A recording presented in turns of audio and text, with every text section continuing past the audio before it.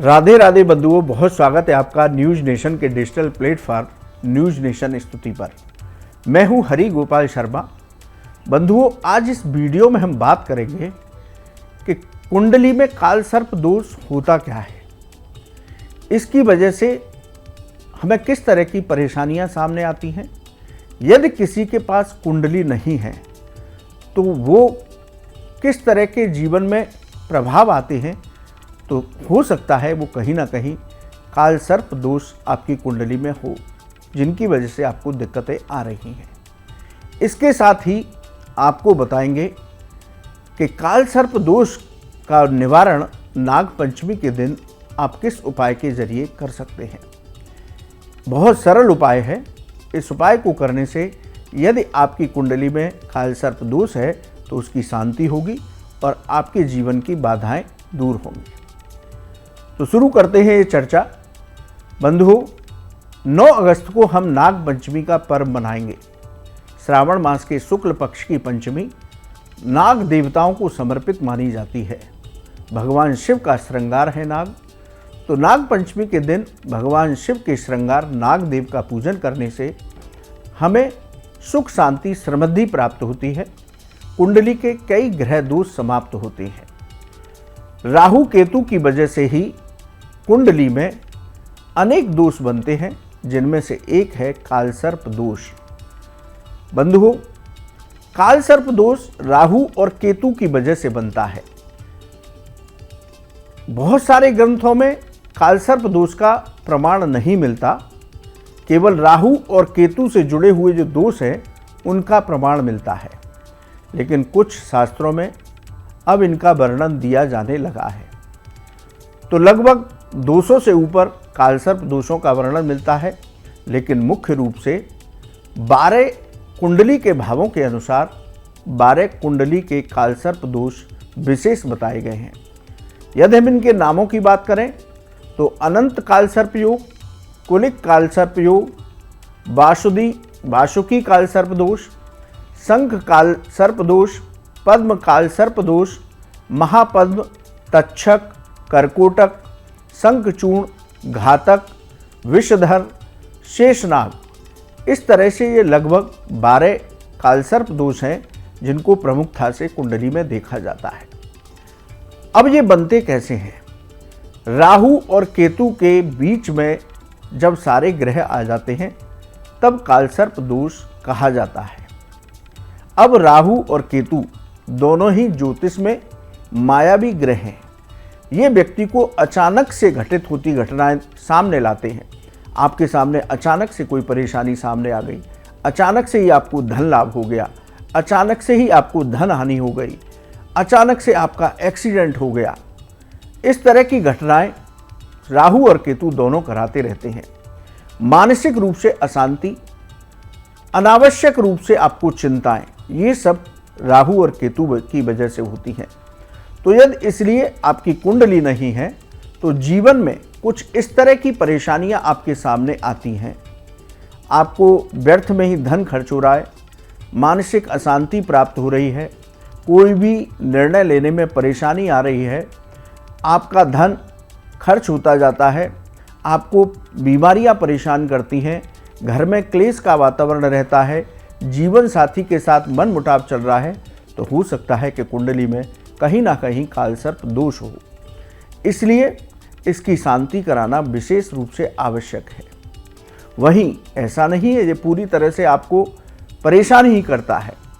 इसकी वजह से अचानक से बहुत सारे लाभ भी व्यक्ति को जीवन में होते हैं। कई बार होता है कि काम बनते बनते बिगड़ जाता है, लेकिन कभी कभी इन्हीं दोषों की वजह से, राहु और केतु की वजह से बिगड़े हुए काम भी बन जाते हैं।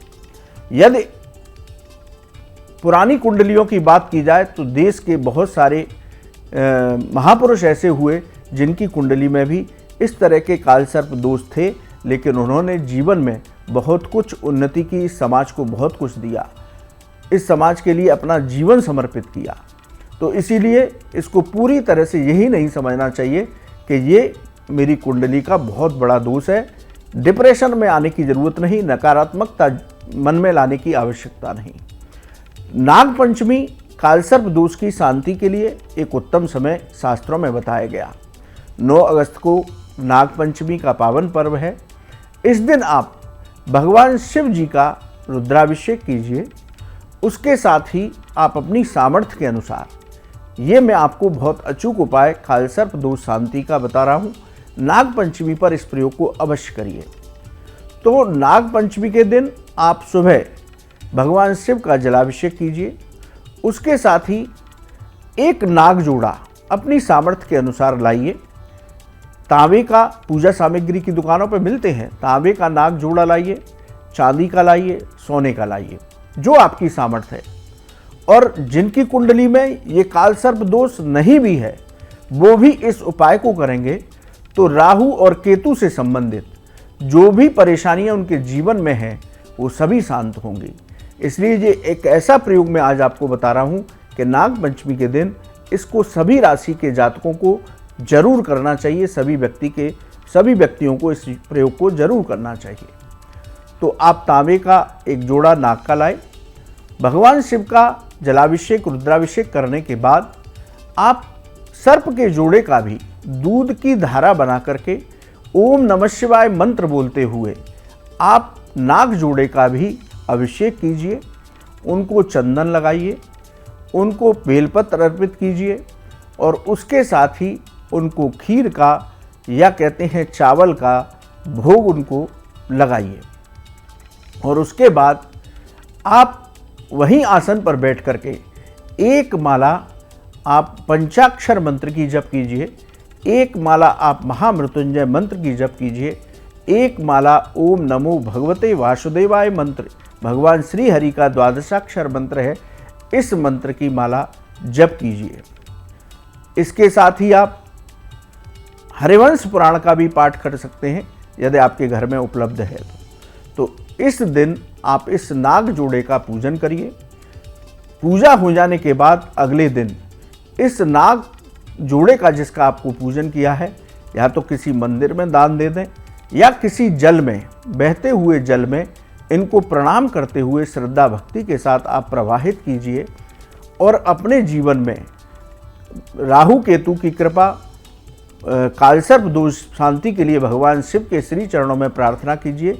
तो बंधुओं, इस उपाय के जरिए यदि आपकी कुंडली में राहु केतु की वजह से कोई भी दोष है, वो दोष शांत होगा, आपके जीवन की बाधाएं दूर होंगी, आपको जीवन में सफलताएं प्राप्त होंगी।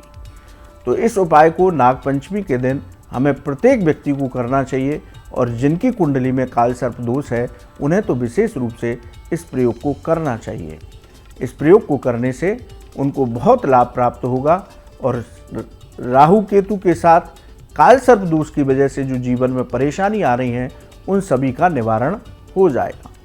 बंधुओं, आपको ये वीडियो कैसा लगा आप हमारे कमेंट बॉक्स में लिखें। यदि ज्योतिष और धर्म से संबंधित आपका कोई सवाल है तो आप हमारे व्हाट्सएप कमेंट बॉक्स में लिखें, हम उसका धर्मानुसार जवाब अवश्य देंगे। आप न्यूज़ नेशन के डिजिटल प्लेटफॉर्म न्यूज़ नेशन स्तुति पर जुड़े, आपका बहुत बहुत धन्यवाद। राधे राधे।